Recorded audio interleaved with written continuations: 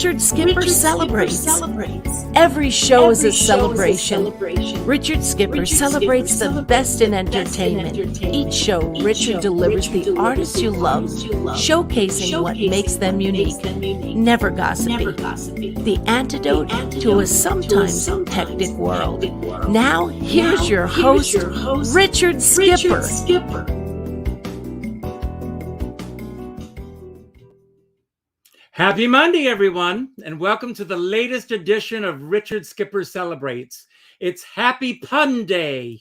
Happy Pun Day. Are you a fan of puns? If you are, tonight is the place for you to be. And if you're not a fan of puns, perhaps by the end of tonight's show, you will be. Welcome to our show. If this is your first time here, welcome. My show is all about celebrating. It's about celebrating life, celebrating art, celebrating artists, celebrating my favorite people in the world, because I do believe that every day, everything, every hour is all about celebrating. And I do believe that there is a lot to celebrate if we only take the time to do so. And tonight I am going to be celebrating two of my favorite people on this planet, and that is Alyce and Ed. They are not married, although they may be after tonight's show. They are joined at the hip, and I am so thrilled that they are here. Finally, it's taken them a while to get here, but tonight we are here, and we are going to be celebrating the release of this great book. But before we get here, and you can flip a coin to see who's going to go first, I want to know, what are the two of you celebrating besides the release of this book? I think a friendship. You know, I knew of Alyce for many years, and all of a sudden she asked me about the book, what I illustrated, and this was actually quite a while ago, quite a few years ago, and it kind of drifted away. And then recently, of course, it was accepted, and the only problem was I had to do 50 illustration. Well, again, I've known you a long time. I've known you a long time too, Alyce, but this is the first time that you and I have actually sat down to have drinks. We're going to drop a lot of puns tonight. So I want to ask you, first of all, do you have your martinis tonight? I have my water. Ed, I am surprised at you because I know that Ed likes them dirty, and Alyce, I know that you like them neat. Is that true? I like to what? You like your martinis neat. Your martinis neat. Oh, yes. Very neat. I wish my apartment could be like that. Alyce, first of all, how did you and Ed first meet? And of course, this is Alyce Finell and Ed Kurtzman, for those who don't know. Alyce, how did the two of you first meet? And then we're going to back up and we're going to learn a little bit about both of your careers. Okay. How did we first meet? Oh, well, it goes back. It was through the cabaret community that we met, and Ed's wife, Ruth, who was very active in that entertainment form. And we used to go to the cabaret conventions at Town Hall, and Ruth and Ed always, every year, sat in front of my seats. So we talked over the back of the seats, and that's really how I first met Ed. I think Ruth actually suggested to Alyce that I do the illustrations. Of course, she didn't have anyone to do those at the time. So. I told her about my idea for the book, and she said, well, why don't you ask Ed? Well, I had no idea what Ed did. I didn't know he was one of the most famous illustrators that we have. I mean, I lucked out, really. You sure did. Ed did a fabulous job and didn't complain once. Well, let's talk for a moment about Ruth Kurtzman, because Ruth Kurtzman, Ed's wife, who we unfortunately lost a few years ago, and she was just such a light to all of us who knew her. And God bless you, Ed. You had her for so many years, and you had this wonderful thing, and I wanted this to be a celebration. So this is not going to be sad. We're going to celebrate her. You did these incredible hearts and valentines for her over the years. 50. 50 years, 50 hearts. But Ruth was an angel in the cabaret community. She lit a fire under my butt many times to get me out there doing things. Even adored cabaret performers. She just absolutely adored them. She was not an entertainer herself, but she had such a love for cabaret.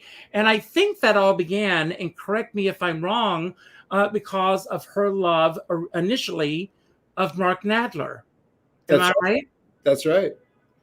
Both of us, we were drawn in. Mark is a wonderful talent, and we became very good friends.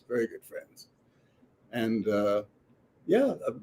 Ruth just adored cabaret and the performers, and she was really so wonderful because at the time she was managing a resale shop for the JCC, and anytime a beautiful gown would come in, she would think about one of the performers who she knew would not be able to afford a gown, and so she would just give it to them. Pay for it through the store and then give it to the performer. And that happened quite a few times. And I want to talk with you, Alyce, about how you got really involved in the cabaret community, because that became your lifelong work because of your relationship with Donald Smith, right, which led, of course, to the two of you creating the Mabel Mercer Foundation and the Cabaret Convention. Can you talk a little bit about that and the evolution of how that came about? Well, I was a TV producer, and it was a morning show, and we used a lot of guests.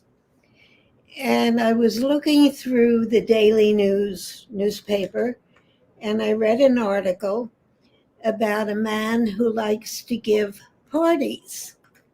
And I thought, oh, well, I'll call him if he can talk. Maybe we can do a party on air, and he'll tell us how to do the party. So I wondered if he could talk. So I called him. I have to laugh at that. The understatement of the year. Yes. For those who never knew him, he was one of the world's best raconteurs. Yes. He was just unique. And, well, we've been laughing ever since that first phone call. And he introduced me to Mabel. We decided to give Mabel a 75th birthday on the TV show, on the set. And we brought in tables and celebrities at the tables, and we had a panel with Rex Reed and her accompanist. And we had Bricktop on the phone in Chicago. Wow. This was an early morning show. Bricktop hadn't been to bed yet. It was for her about 4 a.m. And that's how I got involved with Donald. And that's how I met Mabel. And that's how I continued the friendship with Donald, to help him with the creation of the Mabel Mercer Foundation. That was really his entire idea. I was just there as a sidekick at that time. How many years has it been now? You just had, this year, except for the final night, because of COVID, it was all virtual except for the final night. You did have a big return to cabaret, so to speak. But how many years has it been now? It's 30. This was the 32nd cabaret convention. There was a year or two that we missed in the beginning. So it's 35 years that the foundation is in existence. We never, ever imagined that. Well, of course, I mean, when Donald passed on, the torch was gloriously passed on to K.T. Sullivan, who has done a phenomenal job keeping it going. What do you think is the real driving force behind the reason that this has remained still a relevant form this many years later, when so many things have changed and the cabaret convention continues to go on the way that it has gone on? Yeah. And this was packed also. I just want to tell you, it was packed house. Yes. The last one was sold out, but it's the music. The music is lyrical and singable and meaningful. And there's still plenty of room for humor and special material and what have you, but it's not noise. Mm-hmm. It's music. And that's the biggest thing, I think. So, but, you know, I don't believe that there are any accidents ever. And I believe that alchemy comes about because of being in the right place at the right time. And I believe that this meeting of the minds, so to speak, with Ruth introducing the two of you, it was meant to be, but shared. And so, see, I know these words. I learned them from Dana Lorge. So I want to go back to who is, out of the two of you, who is the punniest of the two of you? Oh, this is the pun lady. Oh. Absolutely. Absolutely. And is there ever a pun that really makes you groan, either of you? Oh, yeah, sure. That's a compliment if you're grown. I mean, there are some really great ones in here. I mean, do you have a favorite, Ed or Alyce, in the book? We were just discussing that. Of course, I love them all. But let me tell you one that Virginia Graham used to recite. I was friends with her. Oh, I love her. She told me that she was at a conference or something out of state, and she was, they were talking about sex, and somebody said to her, "Miss Graham, what do you think of sex?" She said, "Sex? The only sex I know is Sex Fifth Avenue."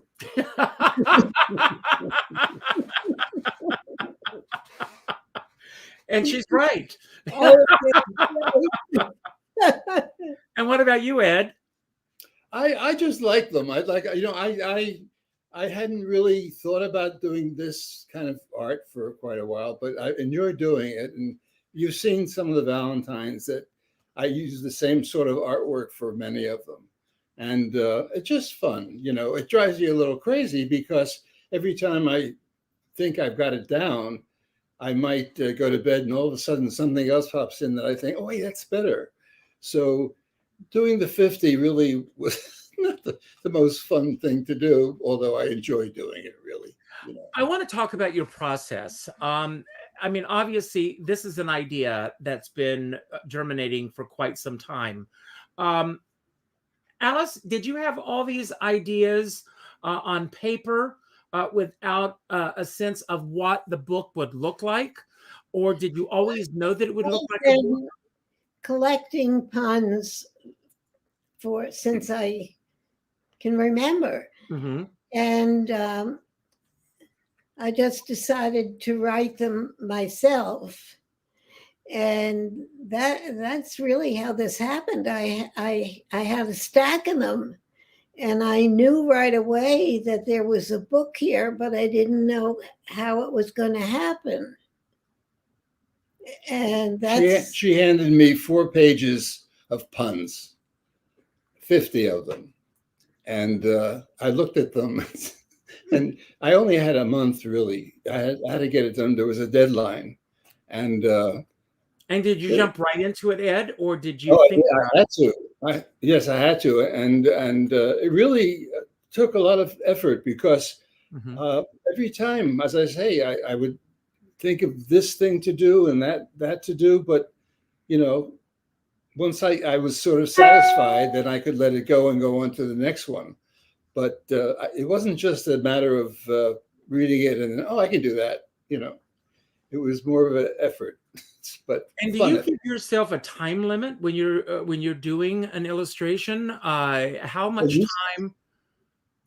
Well, the time really varies because there's usually a deadline, and unless I'm doing the fine art, but if I'm working commercially, then there's always a deadline, and you just have to get it done. It's important that you meet those. Ed was amazing that he managed to do this, because we thought, well, if we're going to do it, let's get it out in time for the holidays. So once I realize that you've got a deadline, and you come back to Alyce and you've got an idea of what you want to do with the book. But I mean, Alyce, with all due respect to Ed, so please forgive this question. But did you ever say, can you work on this a little bit more? Or did you accept everything as they were? I'm a huge fan of your work, Ed. As a matter of fact, you did my business card years ago, a caricature of both me as myself and as Carol. I've got it on my wall. I love your work. I would never ask you to go back and try something for a second look at it. But, you are working on a book. So what was your process? Well, the only thing that Alyce said she wasn't happy with was that I had done a cover, and I had just with one character, and kind of laughing. And Alyce said she wanted to have, more people in it. So then I redid it and did the cover like that. Yeah. I mean, but I'm assuming that am I right or wrong that this is the two of you? Oh, no. No, the two of us are in jail. That one. The two of us are where it says, here it is. This book should be up for capital punishment. I don't know if you can see it, but we're in jail. It says Alyce and Ed. So once you had everything in place, did you already have a publisher, or did the publisher come later? This is an interesting story, and there is a backstory to it. I had a very bad accident in last December, and I was on the floor for 4 days, and then I didn't think I would ever be rescued. Oh, my God. And there was an operation, a broken femur and whatever things. She's doing much better now. And no, but the good news is that you did not break your punny bone. My funny bone. Funny bone. Good one, Richard. I'm sorry I had to go there. Good. Okay. I'm in rehab.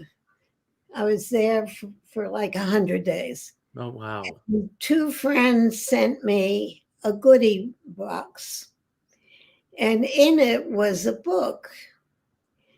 And I'm looking at this book. It was about martinis, and it was the perfect format for what I had in mind for puncilitis. Mm-hmm.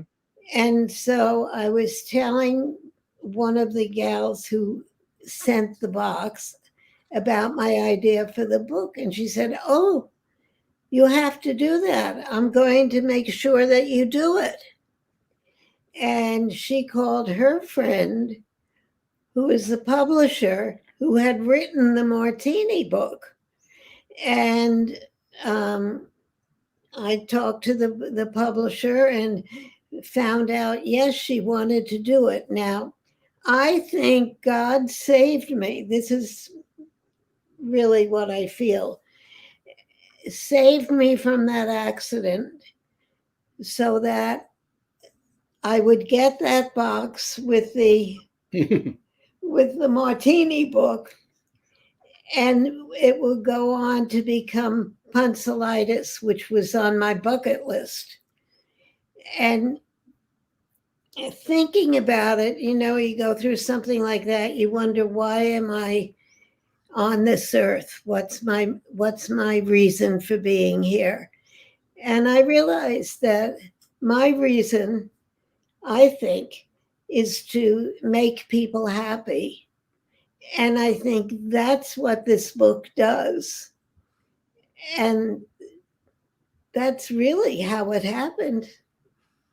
That's amazing. And do you want to tell us a little bit about the publishers? Because I know who they are, and we want to give them great credit. Yes, Yes. Rose and Cheryl. Cheryl Benton. She was terrific. She is really the was. founder. Cheryl Benton, who has been on our show, and I am a huge fan of what Cheryl does. Cheryl Benton and the Three Tomatoes, and what they all do and what they are celebrating.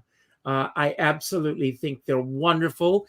Get on their mailing list, everyone, if you're not already familiar with them, because they are doing phenomenal work.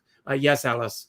Yeah, but I have to mention Randy Levine Miller. Right. Randy Levine Miller. I was going to go there, and I'm glad you did, because Randy Levine Miller is a force of nature. She made this happen. Now, how did she get involved with this? Well, she's the one she would, and Cheryl are the girls who sent me that box with the Martini book. Mm-hmm. And I told Randy about my idea for the Puncilitis book. And that's how it got to Cheryl, and that's how we all got into it. They were all terrific. They really were. They were, and they loved the idea, which made us real happy, because remember, she really sent us all these very nice compliments. Well, it's such a fun book, and I mean, and this is the stocking stuffer idea for the holiday season. I hope that everyone who's watching is going to get a copy of this, and we're going to talk about that a little bit later as we go on. I want to ask you, I mean, as you were both the career paths that both of you, where you have ended up at this point in your life. Alyce just mentioned legacy, because I think about legacy a lot and what we leave behind. Even if this book had not come along, and let's thank God that the book did come along, both of you have left incredible legacies already. But looking back over your lives at this point, and I think of, especially with what we've gone through in the last year and a half, that it's been a pause for us to really take a step back and think of the things in our lives that really matter to us, and the things that don't matter anymore in our lives. And I'll start with you, Alyce. Looking back at everything that you've accomplished in your life, and you've accomplished so much, we'd be here from now until next week at this time, talking about your accomplishments.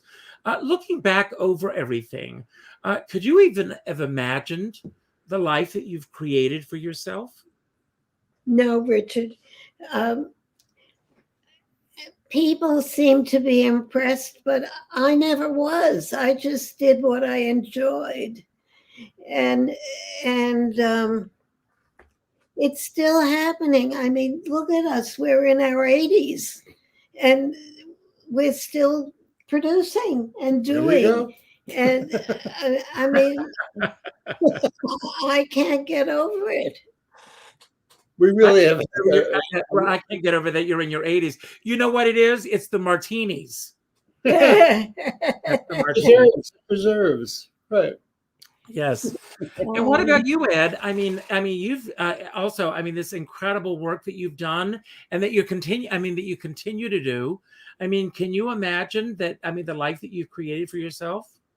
I feel I was very lucky because I always had a dream of being a successful artist in New York City.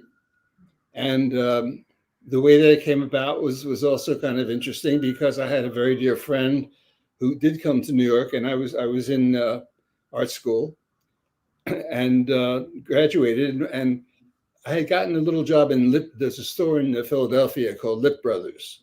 I don't know if it's still there, but I did the basement, and I was going to make the basement fashion, high fashion. And so I had worked there for a while. My friend went to New York and got a job with a artist representative. And she called me and she said, send your work over.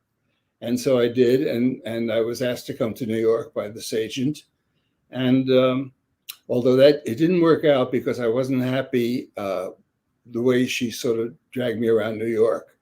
And I did find another agent that I was with for many, many years. And anyway, so with that, I was able to come to New York. I came with about $500. In those days, you could get an apartment for $125. Right. And I was working in Philadelphia before I did go to New York. For 2 years, I was working for a very fine store called Nanduskin in Philadelphia on Walnut Street. And it was kind of like Henri Bendel. And when I came to New York, and as I say, I didn't have much money, I went to Hattie Carnegie, which was a store very similar. Oh, yeah, of course. Yeah, and I showed her my work that I did for Nanduskin. So I got a few jobs from her. And that worked out fine. And then once I had my agent, then things just started to blossom. And I was very lucky. Well, I want to ask you, Alyce, I think about when I look at people's careers and everything, and I've done a lot of these shows, and I'm always fascinated by the process. And looking at your life and looking at the choices that one makes. A few weeks ago, I interviewed Davis Gaines, and I've been quoting him a lot because he said that his career is like a pinball machine. You map it out, and then all of a sudden you're being tossed around like a ball in a pinball machine. Looking at your life and career and everything that you've done, having a morning show and, creating what you created with Donald Smith and the work that you're doing now with Ed, looking back over everything, do you feel that you mapped out the career choices, or do you feel that a lot of it had to do with the people and the circumstances that happened throughout your life? Oh, I never got anything easy, but it just happened. I was not shy. I did not give up. When I got a no, I would go back again in another guise and hope for a yes. I had a lot of interests. Richard, every corner of this apartment, which is why it's so cluttered, is a different business. You crawl along the floor and you'll go from jewelry to PR to music. It's all here. And I think you just have to find an interest and go with it. Tell Richard about the clarinet. We saw the clarinet the other night. Julie, I want to give a shout out to Julie behind the scenes who made this happen. And I also want to give a shout out to Glenn Charlo, who designed our little background. So he did a great job. So Glenn Carlo, thank you for doing this for me. This afternoon, he put this together for me. So thank you, Glenn. I know he's watching the show now. Same question with you, Ed. Who would you consider 3 major stepping stones? And when I say stepping stones, people that were instrumental in helping you along the way in your life and career? Oh, instrumental. There have been many people, and one of them was my art teacher in high school, because I didn't know anything about fashion or anything when I was there, and I used to like to draw beautiful women, and he said, you should go take a look at some fashion illustration. And he had brought me at New York Times, which in those days had wonderful art every Sunday, especially from all the stores that a lot of them aren't here anymore, but most of them I eventually worked for. But I would say he was very instrumental in getting me started. And then, of course, my agent, my representative, was wonderful and sort of pushed me along and made me try out things that I wouldn't have normally done, But that's really it. I mean, and I must say, my mother. Well, thank you for mentioning your mother. But Ed, I would ask you. When I was a little tyke, my mother sent me to an art class. She thought that I had talent. And I went there for, I don't know, maybe 10 years old, I will say this, and I've never really talked about this, but my baby brother, was a phenomenal artist at 8 years old. He was drawing, and he did not pursue it, which was he's a tattoo artist now, believe it or not. Really? He did not pursue his art and beyond that. And I'm really sorry that he didn't, because I think he could have had world-renowned success if he had pursued it. But I want to ask you, Ed, because you were part of a world, those illustrations that we used to see in magazines and newspapers and everything were so phenomenal. Why did that world end and change? Okay, I can tell you exactly how it ended, because what happened was, early on, it was difficult for reproducing in the newspaper artwork.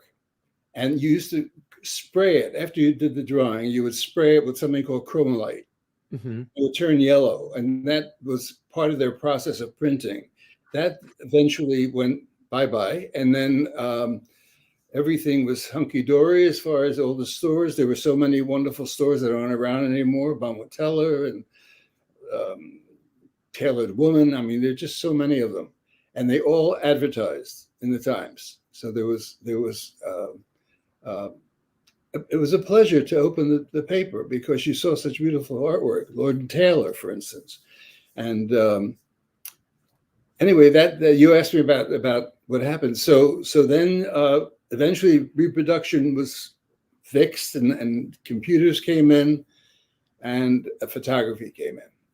And once photography came in, everybody jumped on the wagon. And if you look at the paper now, it's just one photograph after another. Everything looks the same.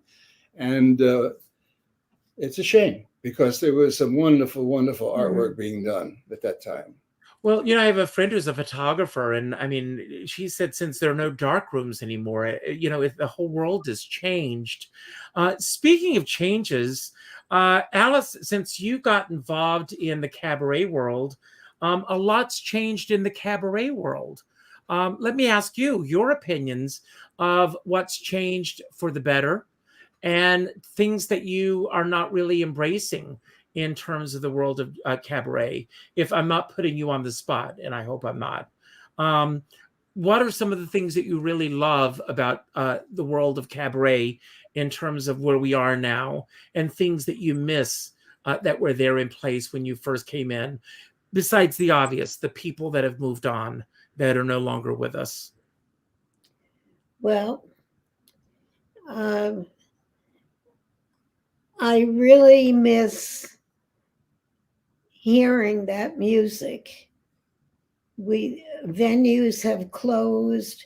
It's now rock. It's more than rock. It's Rap. Rap? Yeah, but what do you call it when it's so loud and terrible? Well, I'll tell you what it is. I mean, Metal, yeah, and that kind of. but music today is created not for a melodic sound, but it's created for a thumping beat. It's more of a pulse than it is for when you hear a beat in the whatever, and I really am sad that there is no music and art in our school systems anymore. This is something I feel we would be a happier, friendlier, less war-prone society if our kids had music and art. Mm-hmm. That's part of it, I think. That music teaches you to work with other people. That's right. If you're in a band, in an orchestra, whatever it is, you have to play as well with others, It's a discipline. Yeah. Same thing with my work. It's a discipline. Like when you work alone, especially if you're freelancing, you have to get the work out, and you can't not do it. So, I had a funny story though. When I first came to New York, I had, of course, shared apartments with friends, and one of the fellows that I was sharing with was an assistant to Richard Avedon. Oh wow! And the studio was just down the street. We used to go. Luckily, he brought back. Richard used to have all the sandwiches and wonderful fruit and everything for all these society ladies when they came. And anyway, we would have them in the evening. He'd take them home, so we had some food. But the thing I wanted to tell you was, in those days, Avedon did a lot of retouching, and now it's all done by computer. But there it was airbrushed and everything. And I walk in, I see there's a picture of Elizabeth Taylor. It's a very famous picture, and she's kind of looking over her shoulder. And then there's all these pearls draped down. Well, the problem was Liz is tiny, and she was also a little chubby at that time. So Richard Avedon took the back of one of his swans from the society and put her head on that back. So here you see Elizabeth looking over with this long, wonderful back and all the pearls right, where they should be. So. But he was a genius. He knew what he was doing. So he was wonderful. He got the exact effect that he was going for. I'm reading this incredible book about creating art and artists. I do use the word art because I believe anyone who creates is an artist. That's me personally.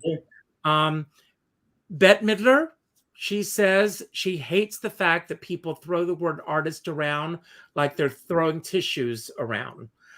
Where do you stand on that word and calling people artist?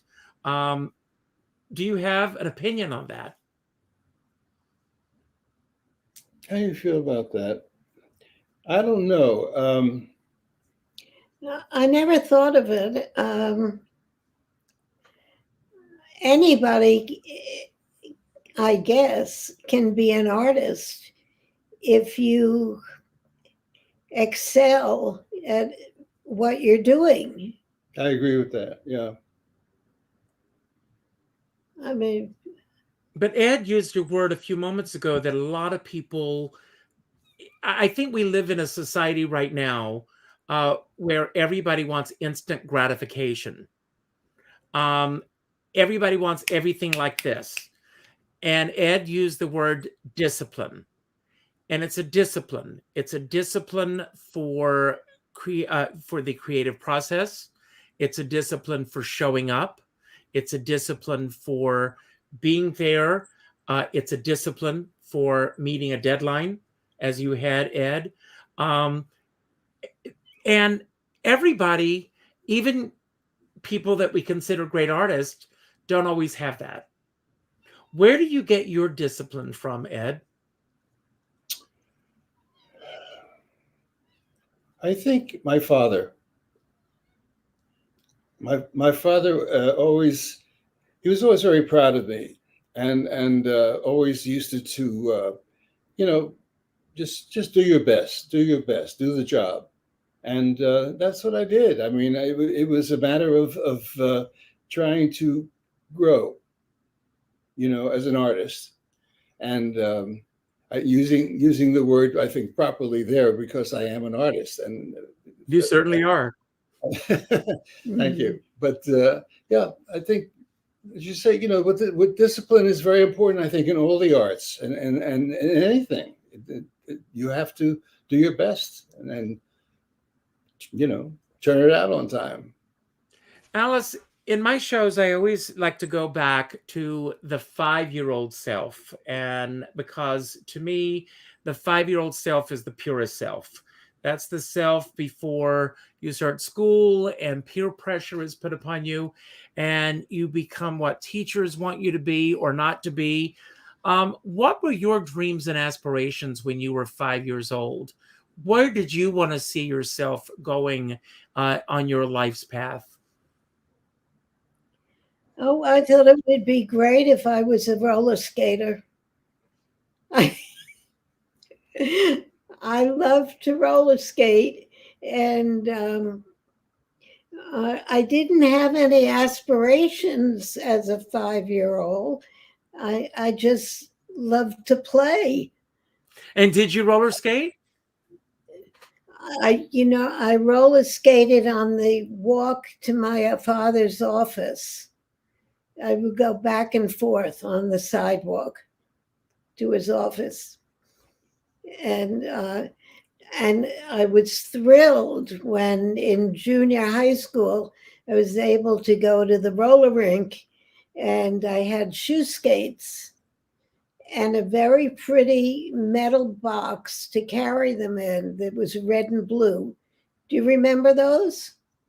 Well, I didn't roller skate. Okay, all right. Did you add roller skate?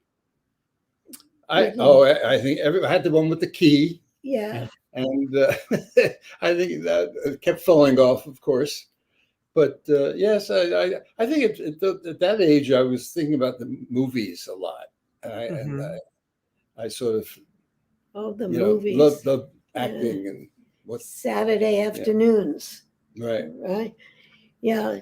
At one time I thought I'd like to be in the movies. Mm-hmm. But I changed that because this is when I was like 10 years old or something. Because if you're in the movies, you have to be very thin. Not necessarily. No, I know. But at that time, that was my mindset. And so that quashed the movie career. So I have to get back to the book for a moment. Puncilitis. Where did that title come from? Because it is such a perfect title. I don't know where these things come from. But thank God they're there. They're in the Ethernet somewhere. I was thinking tonsillitis, and then I said, okay, puncilitis. Puncilitis. I don't know where they come. They just appear, and that's what's fun with them. Because I asked you earlier if there's one that makes you groan, and I want you each to pull one that makes you groan, each of you. So go to grab your book. This is the one that made me groan today. Then there was the law student who insisted on reading Playboy magazine. Going? It was a case of tit for tort. Tit for tort. I had to call her and say, "What is a tort?" Yeah. Well, as someone who, and I'm going to say, as someone who's been sued, I know what a tort is. Oh my God. Oh my God. So, Can yeah, you show the illustrations so that people can yes. while you're left? There he is. There, let's get there. It's hard to. There it is. The illustrations are so great. Oh my God, I love this. Oh my God, it is so much fun. I mean, this, and I, like I said at the beginning, and I'm going to talk a little bit again about everybody's got to get this book. It is fun. I was reading some of the reviews, and somebody said this has to be in everybody's bathroom. It's a perfect book. And today we got a review that said she keeps it on her nightstand because she likes to look at, read 2 or 3 of them each night or in the morning so that her day ends and starts on a happy note. Now, Glenn Charlo said he's going to order his book on Amazon. How can people get it signed by the two of you? On Amazon, you just search for Puncilitis book. He wants to know how people can get it signed. How can we? We're not at that stage yet. I mean, if we maybe it is in Barnes and Noble. Maybe we can get a. If anybody wants to set up a signing for us, we could go. We're still walking. Well, I mean, Glenn is involved with it's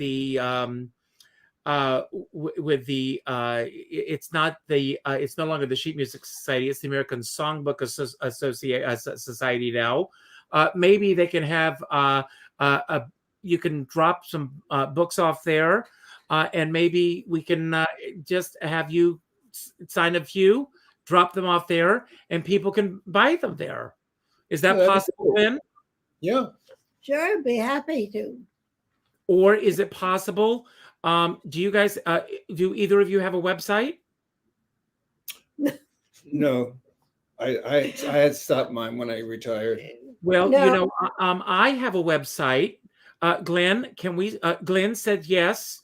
If you can drop, we can get a group of them dropped off, and we can sell them through Saturday. This Saturday, he'll be at Don't Tell Mama. Is it possible you can get like 25 copies of your book? How many books do you have with you tonight? Oh, tonight I just brought one book, and I have 10 books. And I have 12 books. Can we get them to Don't Tell Mama, Glenn, by Saturday? We can get the books. We can get 25 books. And we can get them to Glenn by 2. He'll be there 11 a.m. to 2 p.m. on Saturday, and he can sell them for you. Well, that'd be great. So, how much are you selling? How much are you selling them for? Okay. I'm sorry. Did you ask what they're selling for? How much are you selling them for? $9.99. How much? $9.99. We're gonna round it off to $10. How's that? Okay. Now, before and we can even, Glenn is my web designer. We can set it up so that people can buy them through my website. If you sign them, we can ship them through my website. We can make it easy for people to get your book. That'd be wonderful. Well, we'll make it work so that we can get them out to people.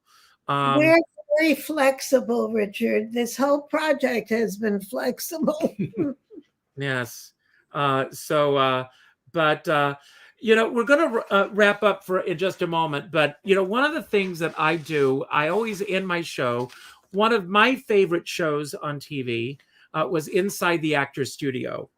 So yes, Glenn is going to set something up. So we're going to start setting them through the website. So that's going to be our gift to both of you. Happy holidays. So we're going to get it set up for you both. We're going to set up a page, and I won't even get a kickback on it. So no pun intended. So anyway, so one of my favorite shows was Inside the Actor's Studio. He always ended his show with his list of questions. These are my questions, and some of them may seem a little bizarre, but if you can live through a pun, you can live through these questions. So I'm going to start with you, Alyce. And the first question is, when you were a child, did you fit the mold of a perfect child? Did I what with a Did you fit the mold of a perfect child? No, but I was close. Good for you. Ed, next question goes to you. Describe your image of perfection.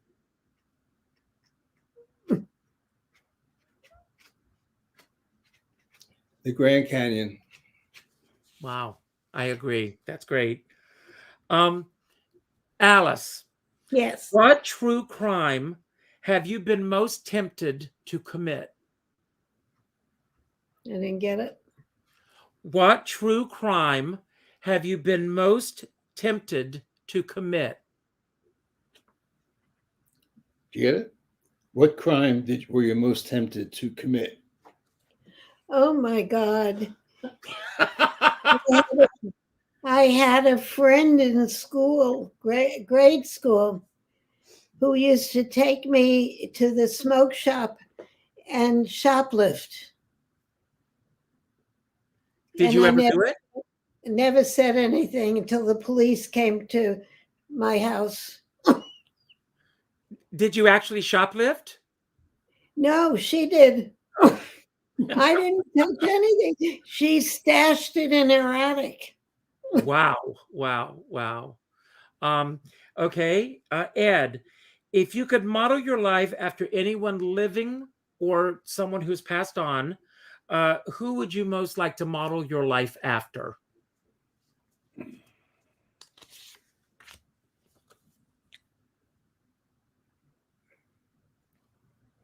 There's been so many people but I think my father. What a great answer. Because he came here and had to sell apples, and they had nothing when they first came over, and brought up a wonderful family, and yeah. What was your father's name? Pardon me? What was his name? Albert. That's great. Albert. Yeah. Wow. Alyce, who do you think is the worst criminal in history? Oh, there are so many. I don't know. Hitler. I would say Hitler. I would too. Absolutely. Ed, what is the recurring dream that you most enjoy? I'm flying. Recurring dreams. What? I'm flying. Oh, really? Yeah. Are you flying over the Grand Canyon? Well, some days. In a plane?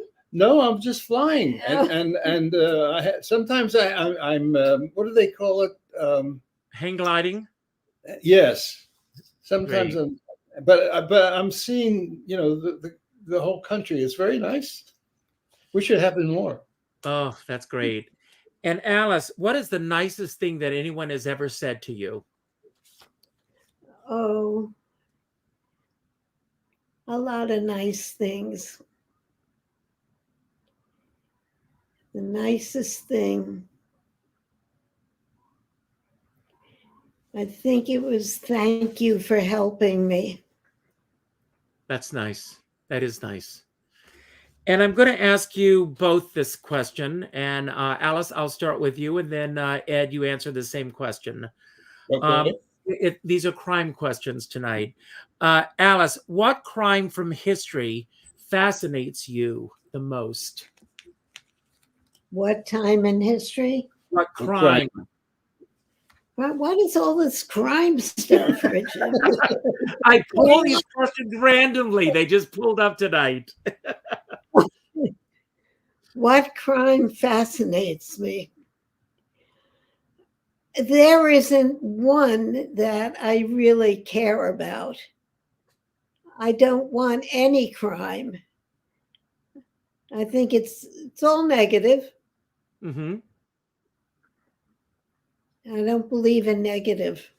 Well, good. Well, what positive thing in history would you want to focus on? What wonderful thing that's happened in history? We'll end on a positive note then. What positive thing that's happened in history do you want to focus on the most?